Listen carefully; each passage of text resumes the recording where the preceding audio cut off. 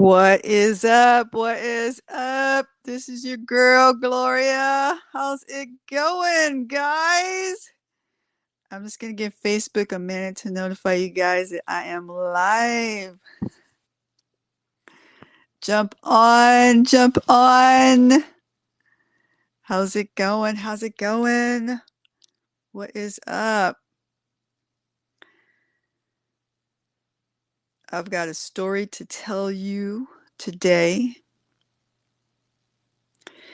The story is called The Climb. If you don't know who I am, my name is Gloria Medrano, and I am the founder and host of Heart of the City San Diego, a podcast that features all of the diverse people in San Diego, such as business owners and ministry leaders, and just so many different people that make up the city of San Diego. We are all unique here in San Diego. We all bring a lot of different creativity to the city, and I love that I grew up here. I'm born and raised San Diego, and but I went overseas. I lived overseas for about 14 years in London, England, and raised all of my children there. They don't know too much about San Diego.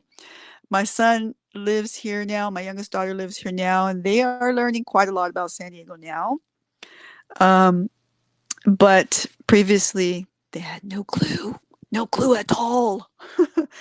So, I, I've been through a lot of different adventures here. I'm very eclectic. Um, I, I had a lot of experiences, but I see some people viewing in. Just say hello in the comments. I want to know who's watching. I want to know who's there. This story is going to be about you, and I think that you can relate to this story today, especially if you're from San Diego, because I'm going to talk a little bit about some landmarks and um, some schools that are no longer in existence, but you probably know them if you grew up in the 80s. And so, um, your girl here, you probably don't know this, but I'm from Southeast San Diego. I grew up on Skyline Drive, went to Morris High School, Farrell Junior High School, and I grew up on a private hill in a house that my dad built. And my dad and my grandfather built the house, and it's had acres and acres of land, and the other house was another house, and that was a house that was built later, but that was owned by my aunt, and then later on they sold the property.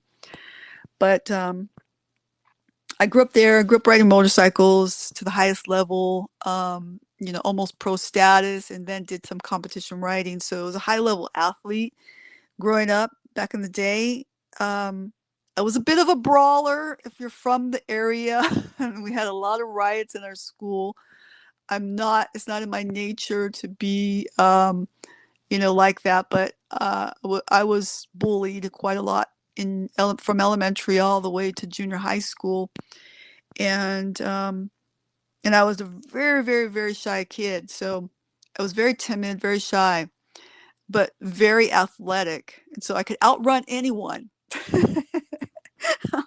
But um, it wasn't until maybe junior high school that my dad finally said, "Look, you're gonna have to stop, and you can't just run your whole life. You're gonna have to stay and confront." And so that is the day that I learned to stop running and start confronting. And I got into one of the biggest of that year. And if you know Old Farrell Junior High School back in the late 70s, there was a lot of riots going on back in the day, and it was just lots. It was just horrible. A lot of fear, a lot of just horrible stuff. But the gangs were trying to come after me and they wanted to jump me in. And I was never a gang member, so I never did that because I was more scared of my dad than I was, the gangs. So here I am. I'm in this situation, and I'm like, what do I do? And so this girl just kept coming after me, and so I had got into this major fight. We both went to the hospital, and I thank God because we had a teacher. He was a club. We were a part of a club at school called Club Via. And he was basically, he was from the barrio, and he reminded me of Carlos Santana. He was very like Chicano hippie kind of guy with the long hair and the, very 70s look. And he was into, peace and love and stuff like that. So he was trying to create, a unity. So I'm glad, and I'm so glad for that. He, the girl that I got into the fight with, I guess he talked to her, but she called me up on the phone and apologized to me, and that was the first time I had ever been apologized to. Never been apologized to ever. I don't think ever in my whole life. And I didn't know what to do with that. And so I did what came natural, and I accepted her apology. We never became friends or anything. We were always watching each other, throughout the whole school system. But that was the day that I never got into another fight after that again. But I did eventually go into different styles of school because I dropped out of school in the 11th grade. When I did that, I um, I knew that I was academic, and I knew that I had much more inside of me. Um, so I searched high and low to go back to school, and some of my friends invited me to a school in National City that they were attending, and they said it's not like any other school. It's different. You're gonna like it, and stuff. And so I went to go check it out, and I fell in love right away. Um, and the way that I got into the school was you got to understand the background here. Okay, we all come from a background of we've been in many street fights before. This is the common way of life, basically. So the girl, I went to the school, and a girl, um, the curriculum is mind body values, and a lot of the curriculum is based in or in around a boxing ring in National City. And one of the girls calls me out, and she says, she calls me out in the ring to a wrestling match. Okay. I have a brother, and he's was, in competition wrestling, and, I've done some wrestling, but I am not a wrestler, not at all. But, you know, where I come from, you just do not back down. So I said yes, and I jumped in the ring with her, and we started to wrestle.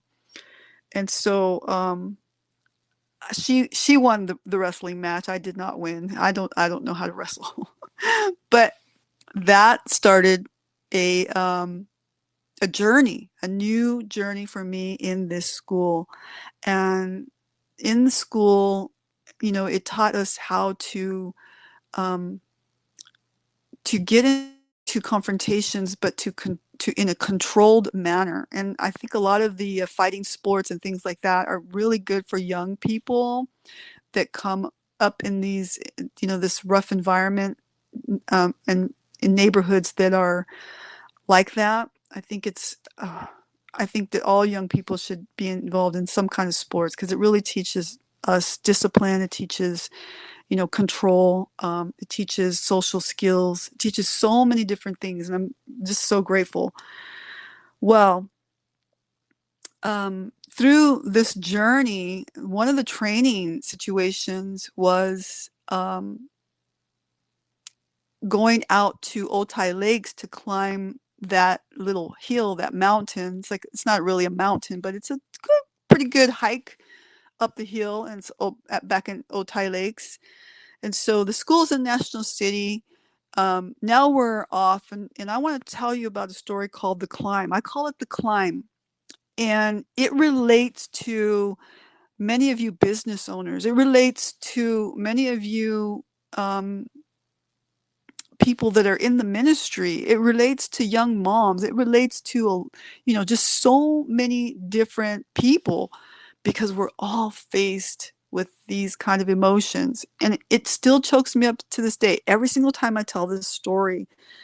And so this story has taken place in Otay Lakes, back in, here in San Diego, back by Chula Vista. And it's like a little hill up it's a pretty good climb. It's an all day climb, pretty much.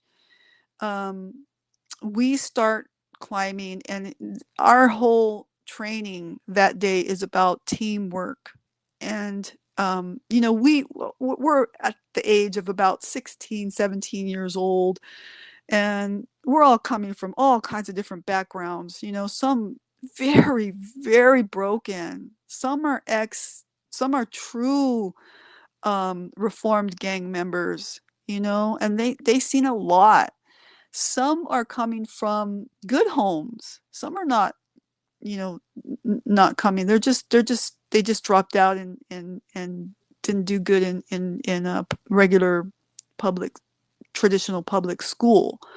And so they're there. And just so many different backgrounds. On my team, we had a leader, and then we had, I had one other girl on my team, and I think there were three guys. And so here we are. We start this hike. The training is about teamwork, and we're on our way. And the first person to start to complain is the other girl. And she's like, she's sassy. She's a girly girl. She's trying to do this thing. She don't even want to be at the school. Um, she's with her boyfriend. Her boyfriend's on my team. And she's telling him, I want to go back. I want to go back. And she's just whining and whining, and it is awful. And so he's telling her, no, I'm not going to go back. If you're going to go back, just go back. I am here for the team, and I have chosen to go all the way. Either you're going to come with me or you're not. Well, she pouted and she stomped off and she left. She left us. She left the team, left her boyfriend, just left the whole training, and took off by herself. And we kept going. We just kept going. He was upset. He had to control his emotions. He didn't know if she was going to break up with him. He didn't know what was going to go on. There's a lot going on inside this young man, I am sure. On the other hand, there's this other young man who was our leader, who just kept saying, just keep going, just keep going. He was focused. He had a natural knack for leadership. He just, I don't know too much about his home life or any of those things. I just was an observer. My character was observing and encouraging. And that's basically what I am today as well. And I observed and I observed and I watched the scenario of these young men. Now I'm the only girl left. And so there's the leader, there's the guy who loses his girlfriend, and then there's another young man in this scenario. And he's the main character, this other young man. And he's going along, he's doing really good. He's doing really well on this teamwork thing. He's even quite encouraging at times. I think I had a little kind of moan here and there, a little complaint. Although, I was not a big complainer at this time with these guys. So I'm trying to, hold my own way there, because I'm watching it, they don't need another whiny girl on the team. And so we're going and we're going, and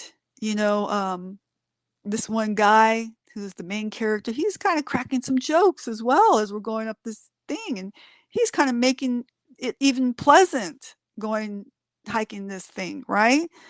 And then we got the leader, and he's just so focused. He's just going and going. And the other guy who loses his girlfriend, he's become now more caring, a bit caring and protective of me being a female. And so he's very kind of this character, right? And we get to the top finally along this kind of climb. We get to the top, and then something very interesting happens. All of these characters begin to manifest certain qualities or not. And here's the area that I want to talk a little bit about sabotage and what the mind does to us, okay? And this is what really chokes me up because I want to cry every single time I tell this story. Like it's choking me up right now. um, this young man, the main character here, the one that, you know, was cracking some jokes and he did really well. Well, he sat down at the very top of this hill. There's a prize that's supposed to be won, and we get to go take a photo with our, you know, our trainers, our coaches, and you know, on this little rock formation thing as we go and get our prize and stuff. And you know, the the team photo thing. And this guy sits down and he starts to like really get depressed out of nowhere. And he just could not go get the prize. So he begins to say, as I'm trying to, you know, kind of console him, and I'm trying to tell him, no, come on, this is not about, you know, this is about you. He says, why am I going to go get that prize? What for? No one cares about me. No one cares about what I do. No one's going to take that prize and put it on a shelf and say, well done, my son. Well done. No one's going to do that. And he begins to start to get really angry. And he's, you know, cussing and, you know, forget that thing. I'm not going to go get it. I'm not going to go get it. No one cares. No one cares about me. And oh my gosh, a lot of hurt came out of this young man. But at the same time, I was thinking the same thing.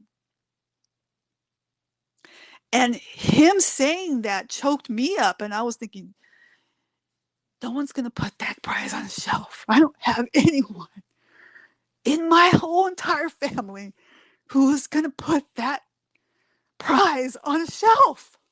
No one. And so I looked at this young man and I said, it's not about you. It's not about those people. It's not about those people. It's about you. You did the hard work. You put the effort in. You fought the battle climbing up. You had to fight the mind battles in your mind. At the same time, I was fighting my own demons, my own voices saying, who do you think you are? You don't deserve that prize. No one's watching you. No one's following you. No one cares. It's for those people over there, that good leader who went up there and got that prize without even thinking twice. It's for those people. That's not for you. But you know what happened? There's something that clicked inside of me. And as I had to walk away from this young man, he walked all the way back down that hill by himself, alone, without the prize. The young girl left early on in this scenario, and then this young man left at the very top. A great team player, great encouragement, but he sabotaged himself at the top, talked himself out of the prize, and he left. He left the team, and he disappointed himself. I don't know where this young man is today, but I do know where those people are today who got the prize. And one of them is a very significant person in San Diego, a public figure and a well known person. And another one, she went on to get her degrees in nursing and teaches in the schools. And another one went on to go and become a voice instructor, vocal instructor to the stars. And her child is a star. And the other one is me. And my children are the only university graduates in my entire family. Because of that day that we decided that we were going to take the prize, no matter what our voices were telling us, no matter all of the scenarios that happened, we decided that we were going to take the prize. And do you know that when we are faced with certain situations in life, it could be raising children, it could be building a business, it could be living in the ministry, sometimes we get to these certain areas in life where it gets dark and struggles happen. And that's when those lies begin to manifest, and they can sabotage all that you are doing in the present. So be careful of those voices. They are lies.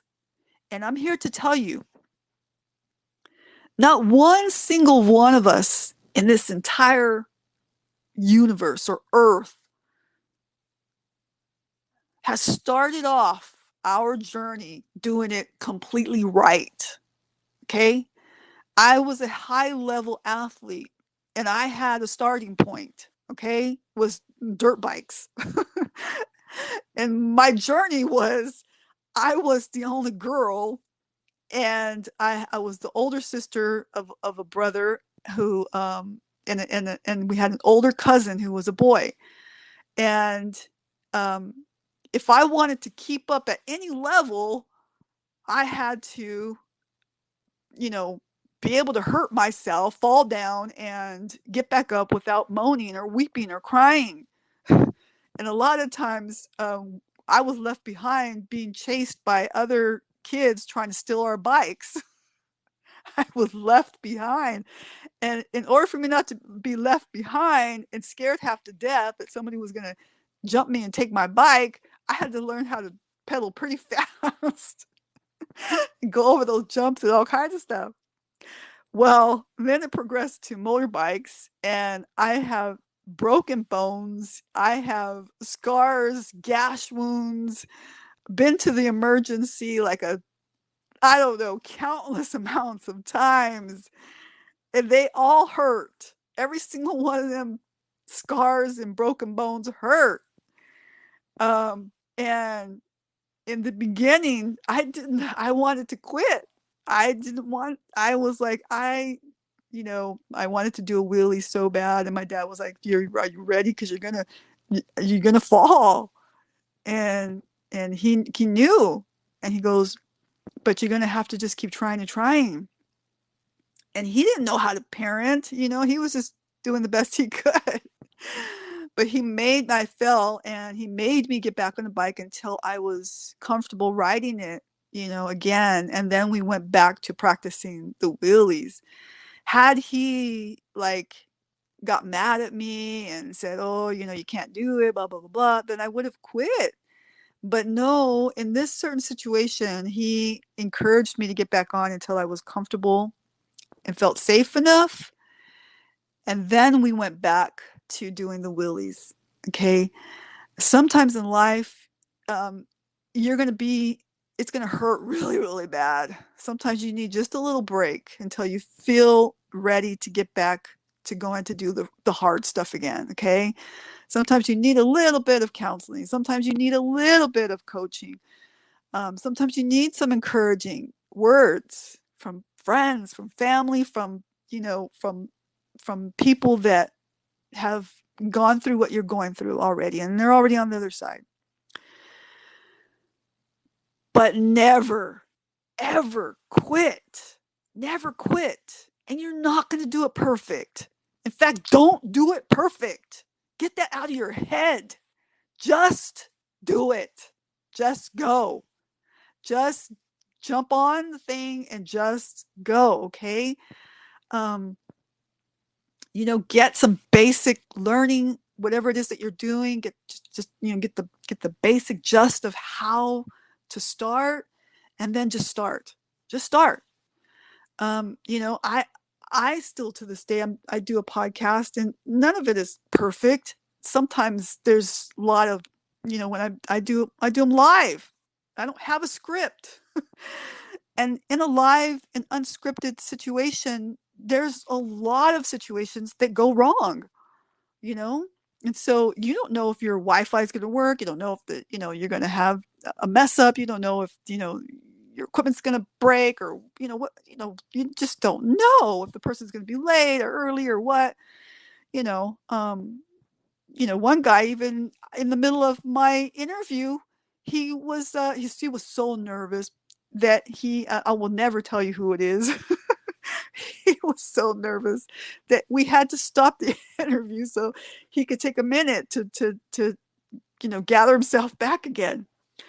And so I always bring water, 2 bottles of water, because the water kind of helps to calm your nerves a bit there. But it's scary to be interviewed. So I just want to encourage you that there's no perfection here. There's no perfection in life, guys. It's not going to happen. Okay. Um, do it. Just enjoy it. Enjoy the process. And those that go far are those that have learned to uh, to fail, learned that there's going to be issues. There are going to be people that don't like you, and you don't even know why. There are going to be people that want to stop you, and you didn't do anything to them. There's just going to be so many different. You're going to have to learn how to have a thick skin, and you're going to have to learn how to let things just roll off and not chase up certain things, because people are going to hurt you. They're going to hurt you really, really, really bad. Because not because of you a lot of times, but because we all have issues. We have issues and hangups, and we are just, human. And sometimes it's on purpose, but you're gonna have to not let people stop you. You got to keep going. You got to keep focused, and you got to know why you're there. And you'll learn why you're here on this earth as you just go along and do the things that you love the best. Do those things. I love my job, my secular job that I have right now. I love it. I love what I do. I love, love, love what I do. Um, I get to be nurturing. I get to be even coaching. I get to be encouraging. I get to be all of the things that make up who I am. And then I get to come home and I get to do it over and over and over again outside of work, as a hobby, as a business, as a joy, as a lifestyle. I get to do those things. I love what I do. I have chosen this latter part of my life to do all the things that I love to do. And if I don't like it and it's not part of my destination, I get out of it. I get out. I don't even entertain that. I want to learn. I want to learn. Can I do this? Will I like it? You know, and sometimes you have to go and see for yourself. It doesn't mean that you failed. It just means that you tried to see if this is something that you like and want to do. And sometimes it's not in your makeup to do it, and you have come to that realization, and so you moved out of that and got back on track to what is your destination, what is what you in your makeup, what is what you are called to do. And that's all trial and error, try and see if that's what you like. And so I hope and I pray that any of this message would help you and inspire you to stay on track, to keep doing what you love to do, and don't worry about all of the mistakes or failures. Sometimes I get a stomach ache. Oh, if I think about the things that I made mistakes over, in doing a podcast or doing other things, equipment falling or failing or whatever, or saying dumb stuff on camera. Or, if I go back and I listen to some of them, I'm just like, oh my gosh, I sound horrible on the mic. Or things like that, right? Because when you're first hearing your voice, you're like, is that how I sound? It's awful. And but then you get other people who are like, you are just so inspiring. I just, you encouraged me to stay on track. You encouraged me in my business, and so many things, right? And a lot of the things behind the scenes that I've shared in messages on Messenger, where people have this certain perception of me, that, because I'm a chaplain, I've been in the ministry. I'm a former pastor and missionary. I've done lots of things in my former life, and at present, I'm a life coach and a chaplain, and I still love the mission field, and so I still give to the mission field. I still, encourage and help however I can and connect people together. I love to connect people together. I love to, go on road trips, and I love to navigate. I love the GPS system. I love all of that entails a navigation or a connecting together. I love hunting for resources and gathering up information to give to someone, to say, here, eat this up. It's good for you. I love, love, love to do that. And so I stay in that. I love to be in that and help with that. So those are my little places where I stay in, and that's how I thrive in San Diego. And that's was a learn in England. It was a learning process of how I provide or what I do best. And so, you know, we don't know until we actually try. And no one is going to be perfect the first time around. Okay. No one is. And so we got to give ourselves grace and other people grace. We got to give ourselves mercy, and we got to give other people mercy. We got to give ourselves forgiveness. We got to give other people forgiveness, you guys.